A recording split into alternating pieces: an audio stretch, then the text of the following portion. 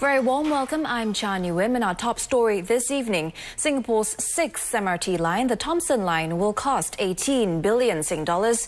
It will open progressively from 2019, a year later than planned. Transport Minister Lui Tak Yew says the change in timeline is to accommodate significant changes to the original plan and to cater to more commuters.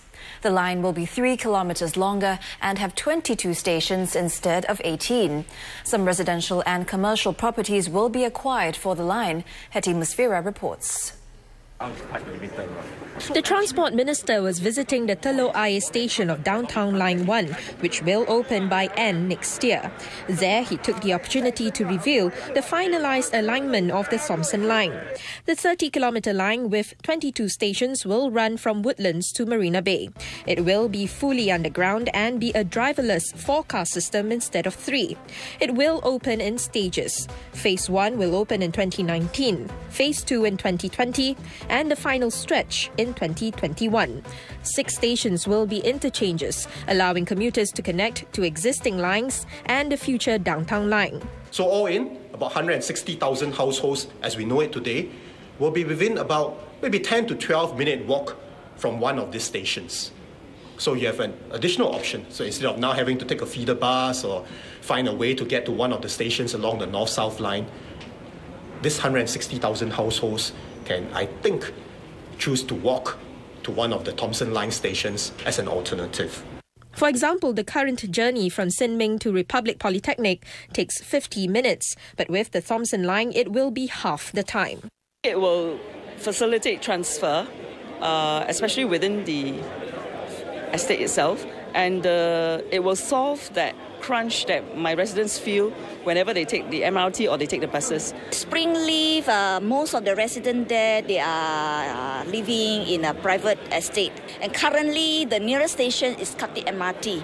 And the complaint is, it is so near and yet so far because there's no direct bus service. So now we don't need to have direct bus service. There will be a station there. To build the line, some land will be acquired. Pearl Centre will be demolished and integrated with the adjoining state land for a mixed-use development. 2 houses along Stevens Road and Robin Close will make way for the Stevens station. Well, this post office will also be making way for the new Upper Thomson station on the Thomson Line. Well, construction of the line is expected to begin in the 3rd quarter next year, and when fully operational, the line is expected to have a daily ridership of about 400,000 commuters. When we decide upon the alignment, actually what we do is that we use as much state land as possible and we cost as few acquisitions as possible. The Singapore Land Authority says affected parties will be compensated and the amount will run into a few $100 million.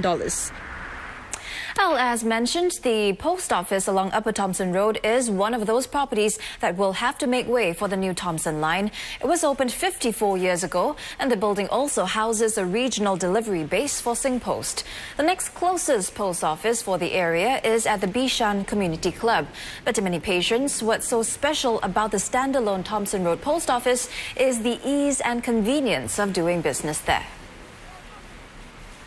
The convenience is that there's a parking lot for us, maybe for a while, about 5 minutes, and then that's good enough. 5 to 10 minutes, yeah. We built a new post office with a parking space that will be good for us. Occasionally I come here. I do not live around this area as such. But it's been around for a long time, and I have, over the years, been, coming here. I would kind of miss it.